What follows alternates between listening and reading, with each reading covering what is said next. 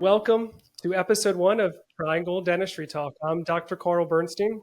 I work at Bernstein Orthodontics, and I'm here with two amazing pediatric dentists here in Cary, North Carolina, and they work at Cary Pediatric Dentistry.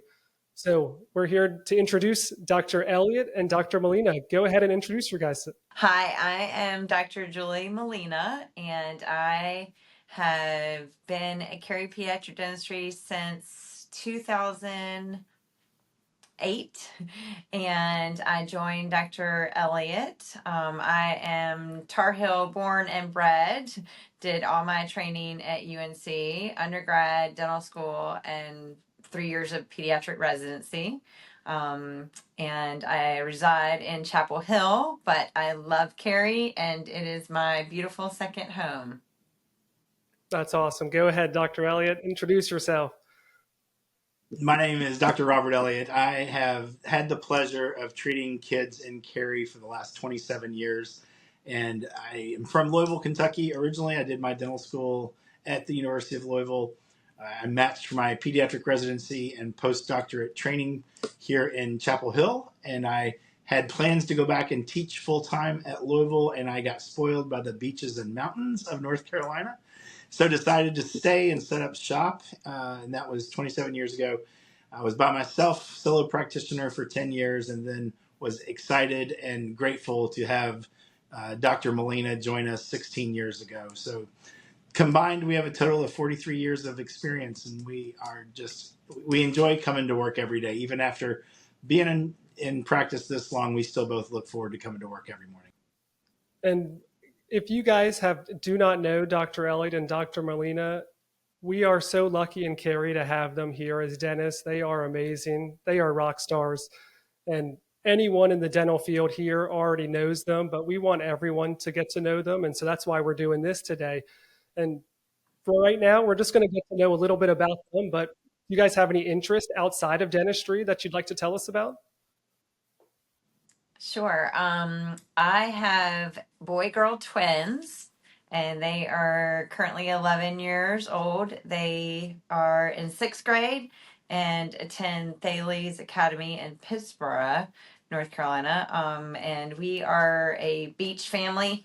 We love anything at the beach. We water ski, we boat, we sail, we do all the water things, and so that's fun. But we also like to snow ski, and we do more of the non-traditional school activities. So not really sports teams, but anything else on an athletic end we all enjoy as a family. And then outside of that, I enjoy exercising, actually.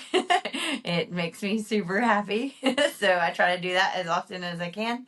And like Dr. Elliott said earlier, I really think it just comes down to, like, he and I both love kids.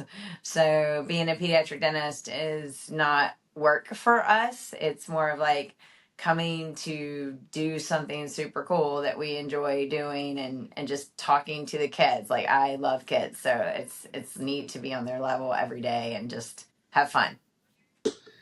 I can certainly underscore that. I taught gymnastics for 9 years when I was in high school and college to kids, and I recognized early on that I had the kid thing going on.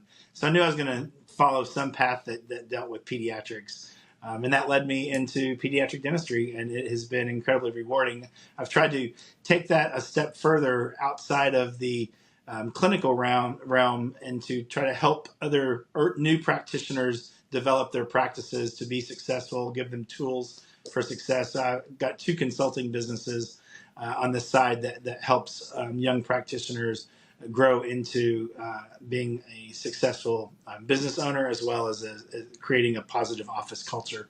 So I would say that is 2 of my hobbies. Other things that we love to do, myself and my family are big foodies, and as Dr. Bernstein and his wife know, we often go to dinner together and try out new places in the Triangle. We have a pretty adventurous palate. And outside of that, travel, we certainly like to travel, try to get away from the office as much as we're in the office, because we know work-life balance is important for us to keep loving what we do and to have longevity and sustainability of the jobs that we provide and the treatment that we provide our kids. Exactly. And you guys, we just heard a little bit about them, and I'm telling you, everything they've said, they're even better people than what they're saying on this video right now. They're amazing, and you can just see how much passion they have for pediatric dentistry, even just giving me and giving this podcast a little bit of time of their time to talk about it. I mean, they're passionate, they love kids, they treat kids. I mean, I'd like to say they're the best pediatric dentists I know, and there's a lot of great pediatric dentists, and maybe I'm biased because I'm really good friends with them, but they're amazing people, and we're getting to know them a little bit, and we're not going to get to see them, but what makes a dental office is also the dental team. And I've been to Cary Pediatric a few times, and the staff is amazing. The good thing about dentistry is if you don't see the doctor too much, it means you have pretty good oral health and you're going to see the staff more. And Dr. Elliott and Dr. Molina just have an amazing staff. They make you want to come in, they make you want to take care of your teeth, and we want to get to know their staff a little bit. So tell us what makes your dental team so amazing. Tell us a little bit about your team. I think one of the first things, and thank you, Carl, for saying all those nice things. I feel I'm lost for words. Thank you so much. You're so kind. But I think if I could say one thing that kind of sets us apart is that we are like family. I try as being a mom and a dentist has really helped me when parents come in, especially if there's, decay or issues other than just having great oral health that they have. I can relate to them. Like, what would I do as a mom? Like, what would I also do as a clinician? And putting those two together, like, what would a clinician and a mom's perspective be? And sometimes we're talking about things like sedation options, and there's a whole nother level of being a mom and being a clinician, and how do those fit together. And I would say each family or each person and their situation is different, and our team, to really answer your question, that's where they come in. A lot of them are parents and they have their training as well, and they've been with our practice for a long time, and they just know, and they can relate, and they find out what is the certain situation that presents with that child and that parent and that family, and they just get to know you. We have the time to get to know you, to understand exactly what all the dynamics are, so that we can help treatment plan your specific case and family situation. And I think parents just feel that. They feel like we're not just a number, we're not a mill, we're not running them through, we're not rushed. The doctors have time, the team has time.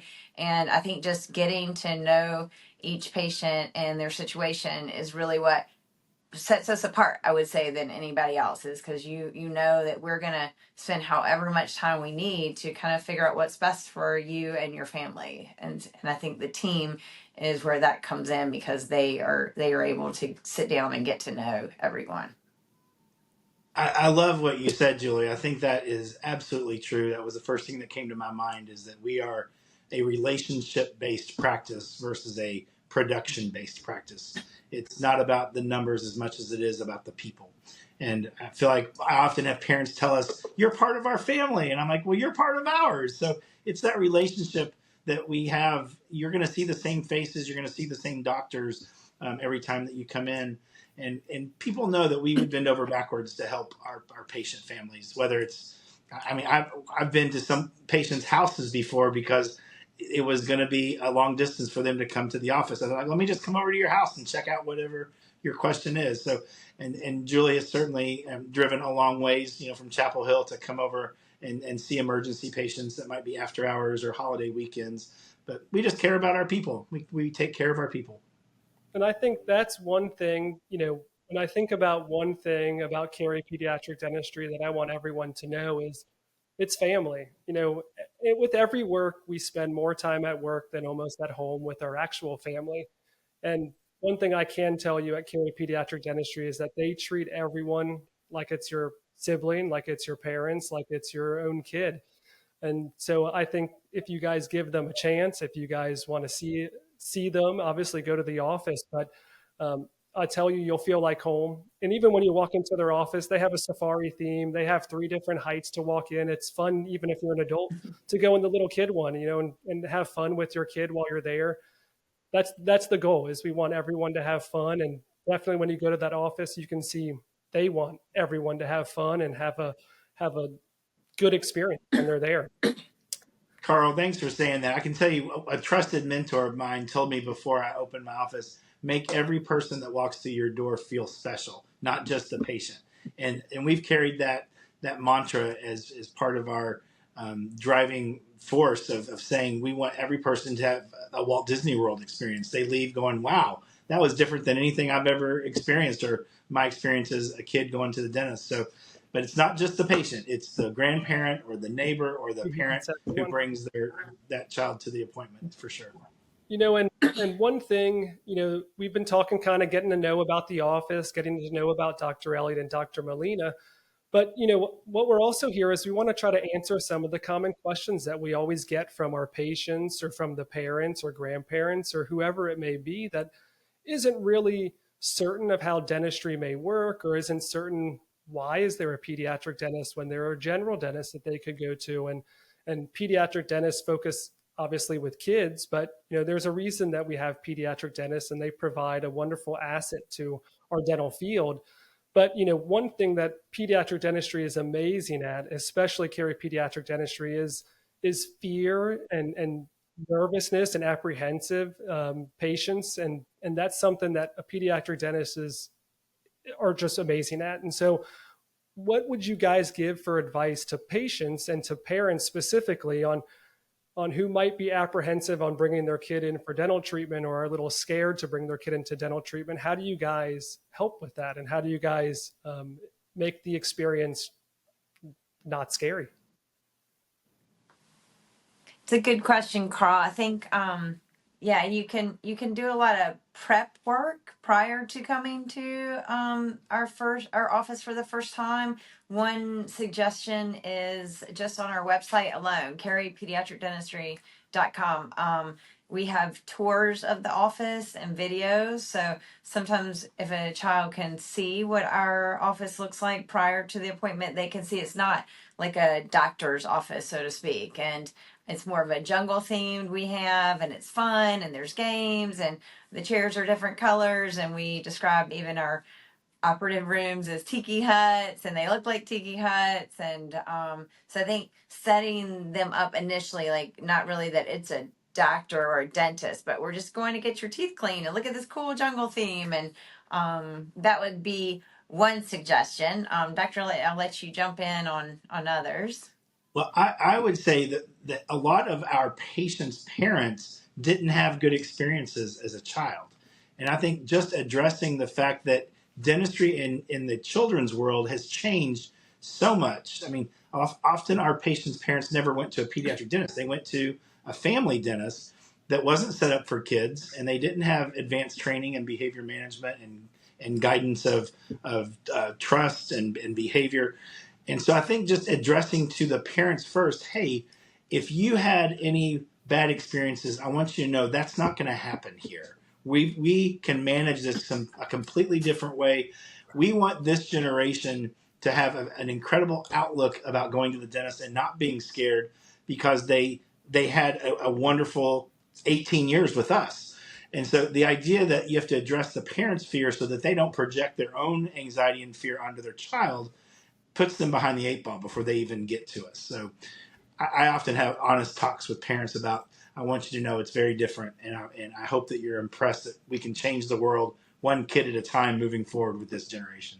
Exactly. And and correct me if I'm wrong, and they know a lot more about pediatric dentistry than I do, but what is the average age that you want to get kids started at the pediatric dentist? Is it about 2 years old, or is it earlier, or is it later? What would you guys recommend?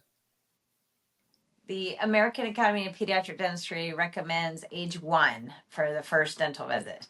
So we would love to see kids when they turn 1, because at that appointment we can assess how the teeth are growing, how growth and development is taking place. Sometimes teeth are born with weak areas or developmental defects that a dentist needs to know early on, so we can help educate how to prevent those certain teeth from getting decay or breaking down. There's a lot of other factors on how to keep the teeth clean. Do you floss teeth? Do you use fluoride toothpaste? Like, there's a lot of education. Don't do gummy vitamins. Those are not good for the teeth. And that's a hard one because everybody loves gummy vitamins. But from an education standpoint, there are some major milestones that we teach because we want to prevent decay from ever happening in their child. And and everyone listening to this, I mean, I'm learning things as well, and I am a dentist, and so don't ever feel like you should know something, because if you don't know what you don't know, I mean, this is why we have people here to educate us. So I mean, that is great to hear. We want to see kids normally around 1, and that's because they're starting to get some permanent teeth. But another thing or sorry, that's starting to get their baby teeth in, not their permanent teeth. But one thing that as well is it's going to get them used to going to the dentist, and it's going to get them more comfortable, and it's going to make them not as afraid to go see the pediatric dentist, because the first few experiences are going to be amazing. I can promise you, at every experience at Cary Pediatric Dentistry is going to be amazing, but I can promise you, especially the first experience and the first few, they're just going to be fun. I mean, it's not going to feel like a dental appointment. That's what Dr. Elliott was saying. I mean, it's a very different experience than when parents used to go to the dentist as a kid. And I remember, my stepdad, he always said when he went to the dentist, he was afraid. He was gripping onto the chair, sweating, scared to go, because he didn't even know they had numbing the first few times they went. He was just so afraid. Now, my stepdad is much older, he's in his 70s, but dentistry changes every year. There's always new innovative ideas that are coming out that's going to make the experience better for everyone. Does that sound right, to you guys? It does. I think the old adage that a lot of people hear is, you start going to the dentist at age 3. And, we have combated that recommendation for years, ever since I opened practice. But the interpretation is that family dentists say you should start coming to the dentist at age 3. And that's not correct. They mean they only start seeing kids at 3. But the correct answer should be you should start at age 1. And if it's not in their office, you should see a pediatric dentist so that you can start that care early on. I often will have parents say, what do you do with a 1-year-old at the dentist? Like, they have 4 teeth.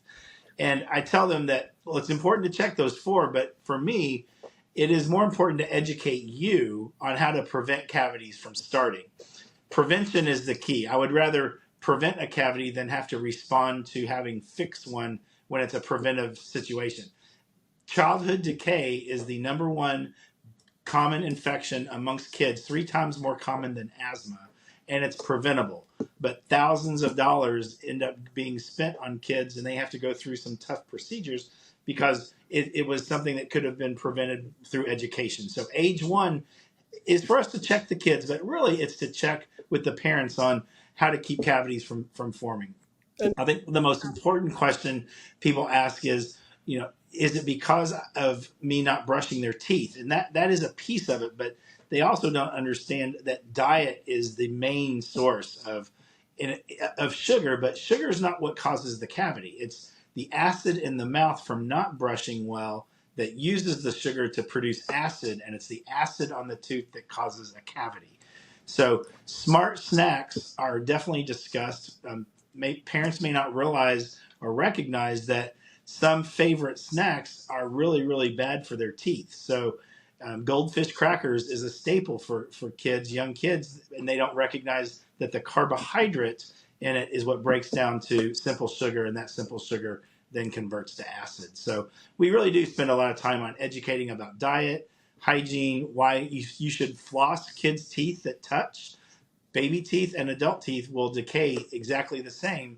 The difference is kids eat more often, and so they have more frequency of exposure. Their diets are a lot more out of balance. It's a lot more processed foods, high sugar, high acid, and they're constantly eating and drinking. So that's one of the main differences between adults and kids. And that's, again, this is all education. as well as making sure that their home water supply is fluoridated. If it's not, we can talk about how to give you a prescription for supplemental fluoride. But that little bit of fluoride can change the entire path of their young adult life all the way through, in their older years. Our parents, our grandparents ended up in dentures because so many of them were raised on well water without fluoride. So again, it's so important to start early on so that we can prevent all of these things from causing cavities.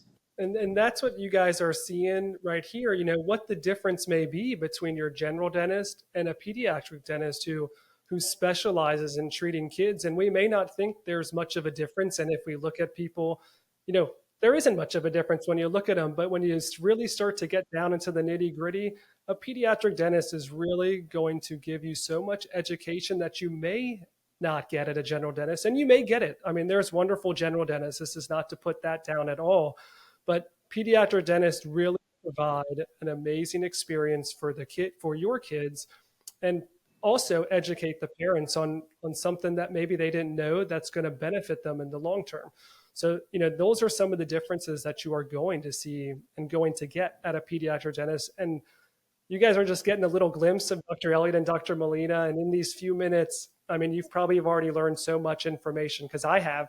So this is that you're going to get if you go every 6 months, if you have to go sooner for other reasons. I mean, you're going to learn so much. And over the years, I mean, you're going to be ready to fight any tooth issue that you may have, or even your kids may have.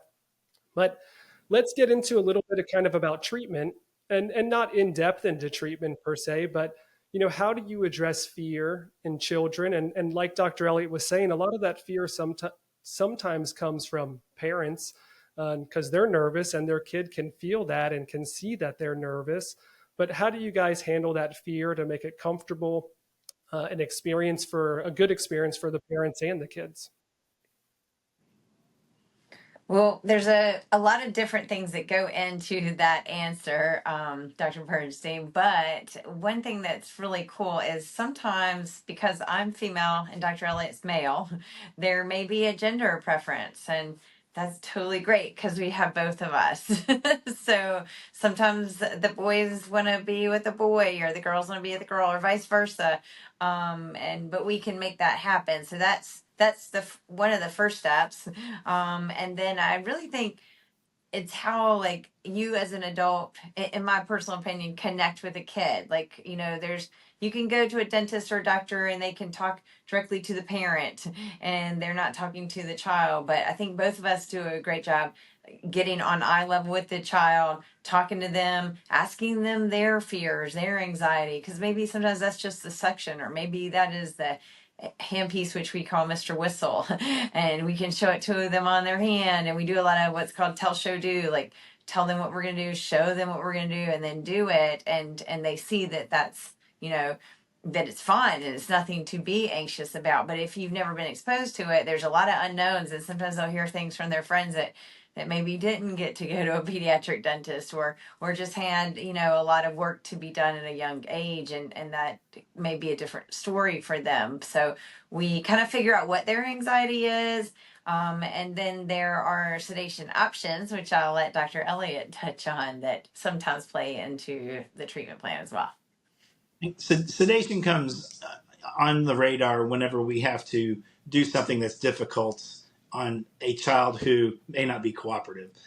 The difference in the adult world is we have coping mechanisms, and we can handle hard stuff. We can find our courage when we need to, but kids often don't have those coping mechanisms. So being able to offer a sedation option safely, and in the right scenario, has really great positive effects on getting through the hard stuff and still maintaining a positive outlook on coming to the dentist. We always talk about protecting the dental mental side of things, and we can often use that with our medications.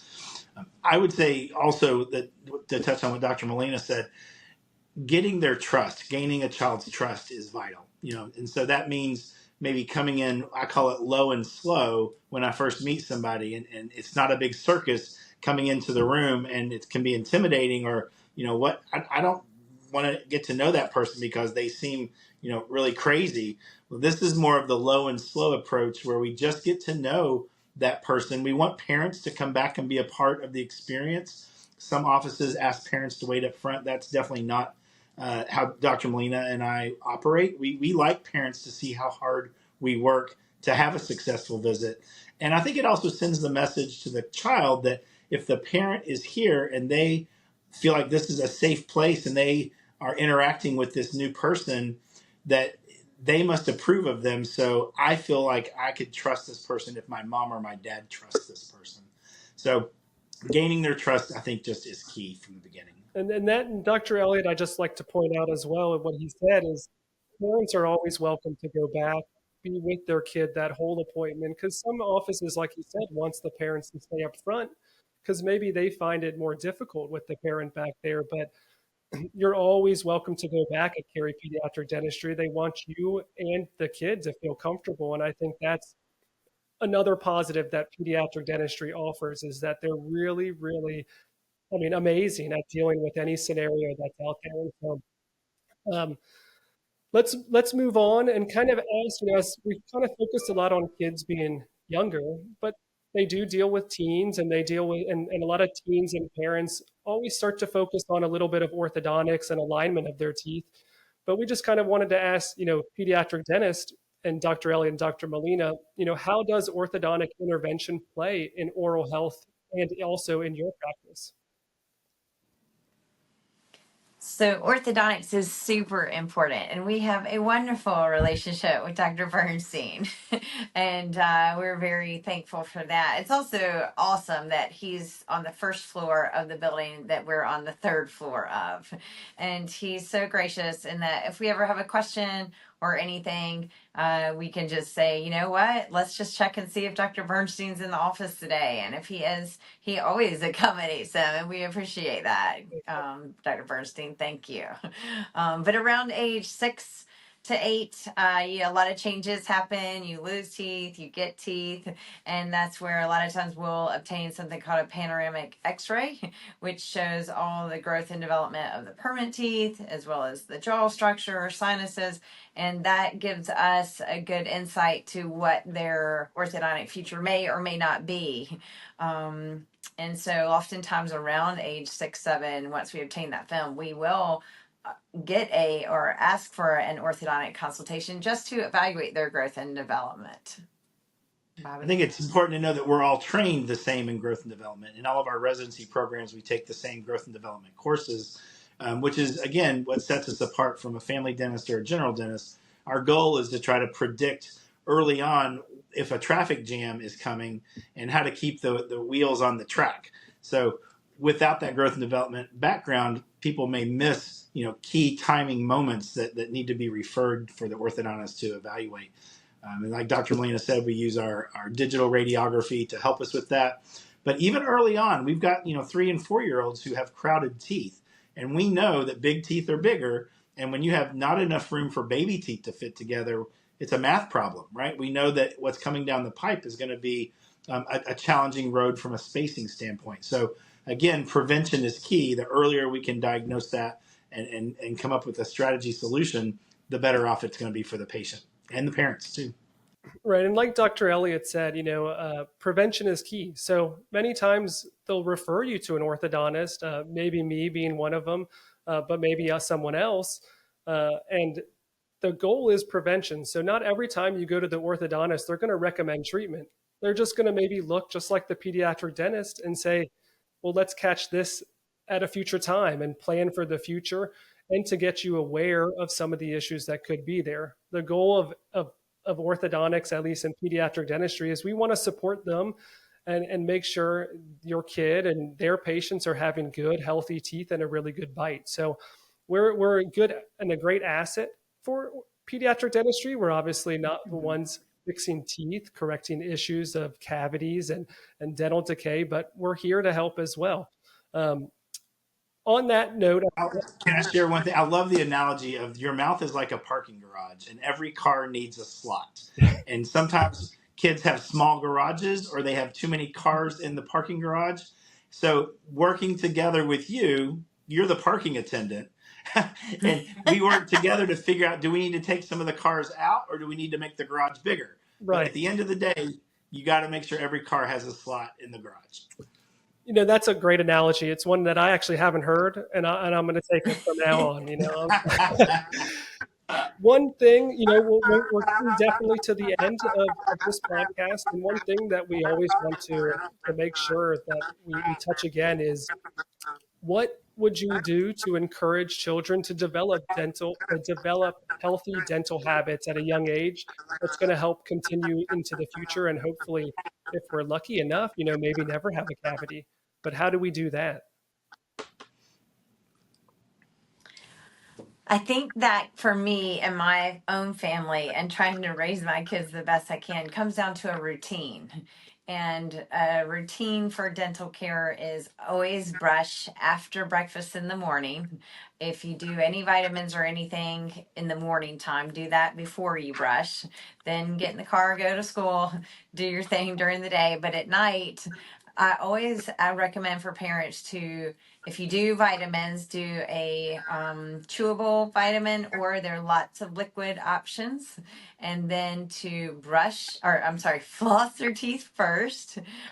For me personally, I love the string floss. I teach it every day here, but the pick flossers are great too. It's just until age 8 or 10, it's really hard for kids to have the motor dexterity to floss between the back molars on their own. So they can floss the front, but the back are challenging, and those are the teeth that you keep the longest, and we see most commonly get decay. So I would recommend parents floss their kids' teeth until age 8 or 10, or until the time that they can do it effectively, and then brush their teeth, and then also around age 6 plus using an Act fluoride rinse.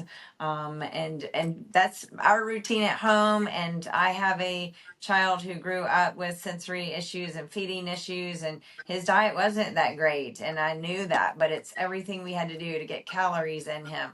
But sticking to a routine of floss brush rinse, they hear me say it all the time, and just being on top of their hygiene really did keep him from getting a cavity. If I can interject real quick, a lot of parents will ask, especially in orthodontics and when they have braces because they're having kids struggle with brushing, what are your guys' thoughts with electric toothbrush, such as, Sonicare, Oral-B? There's obviously other brands out there, but what are your guys' thoughts with getting an electric toothbrush versus a manual toothbrush?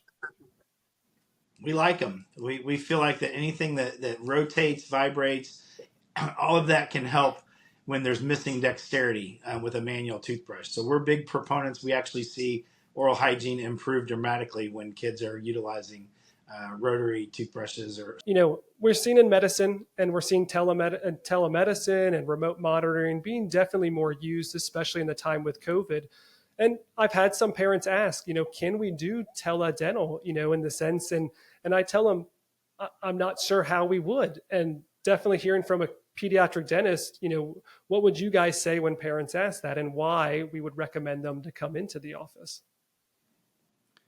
I think medicine is going to be a different animal here than dentistry, because we need diagnostic tools in order to determine if there is oral health or if there's cavities. So we need x-rays. We need to physically examine the teeth with our eyes and our instruments to determine if there's any problems. Now, is there a spot in dentistry for telehealth? Yes.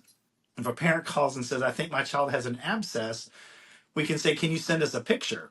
And we can look and say, you know what, that's actually an ulcer, not an abscess. Or if there's a traumatic event where they fall and they break a tooth, we can determine, do we need to see that immediately? Is it an emergent situation, or is it something that can wait until the next day, or we'll look at it the next time they come in? That's perfect. And those are things that, I didn't think about off the top of my head, but I think that's, those are definitely the ones that if you have a kid and had a traumatic accident, it's a scary time. I've seen patients, Right. I've had to come in. I know Dr. Elliott and Dr. Molina have come in many times, and it is nice to be able to get it, even if it's just a quick answer. Hey, it's okay that we'll see you tomorrow, or we'll see you next week, or hey, let's get you in today. Dr. Elliott and Dr. Molina do cover emergencies, and they're able to see people after hours if you're patients with them.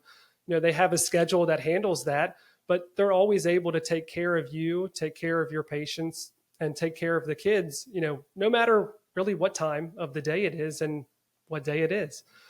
So on a final note, what is if a parent was asking how many times a day should we brush, should we floss every day, should it be morning and night, what would you tell them? How many times a year should they come in for a cleaning? Is there a reason why we sometimes need to come into cleanings maybe 3 or 4 times a year?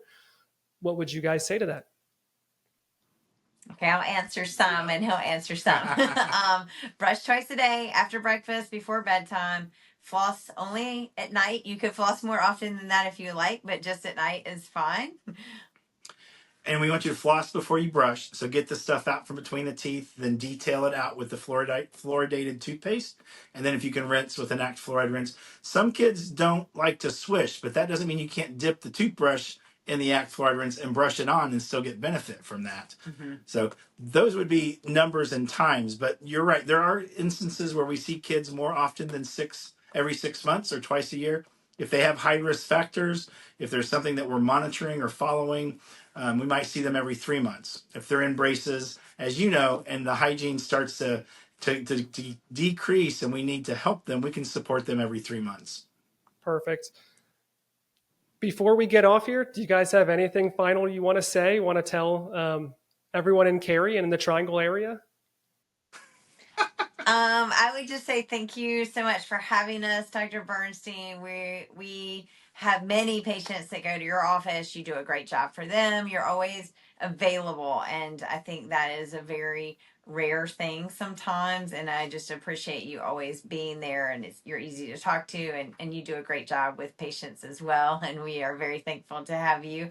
And then just living in this area, we're also fortunate. We have great healthcare providers. If we don't end up being your pediatric dentist, there are lots of great ones in the area. So if you have a child and they do have teeth, which most do, I would say find a pediatric dentist. We would love to have you, but like I said, there are many great ones to choose from.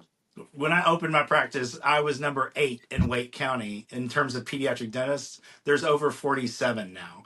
So you can find great help and great care, and we are friends with all of these colleagues. I think it's also unusual in our area how close we are. You don't often see that united front amongst colleagues like that in the same discipline. Mm-hmm. But you can find great care in the Triangle. I would just say, if you give us an opportunity to show you how much fun we have at work and how much we appreciate how our team loves and cares about kids as much as we do. And I think it's just an experience from start to finish that we hope you leave going, that was very different than anything I've ever experienced, and I can't wait to come back.